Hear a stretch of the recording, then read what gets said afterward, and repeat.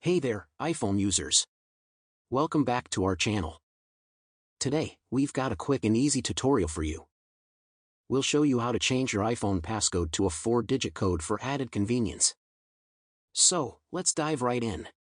Unlock your iPhone by entering your current passcode or using Face ID or Touch ID if you have it enabled. Now, open your iPhone Settings app. It looks like a gear icon. Scroll down a bit until you find Touch ID and Passcode on older iPhones or Face ID and Passcode on newer models. Tap on it to proceed. You'll need to enter your current passcode to continue. Now scroll down and tap on the Change Passcode option. You'll need to enter your current passcode to continue. Here you need to enter an 8-digit code. Below that you can see an option called Passcode Options.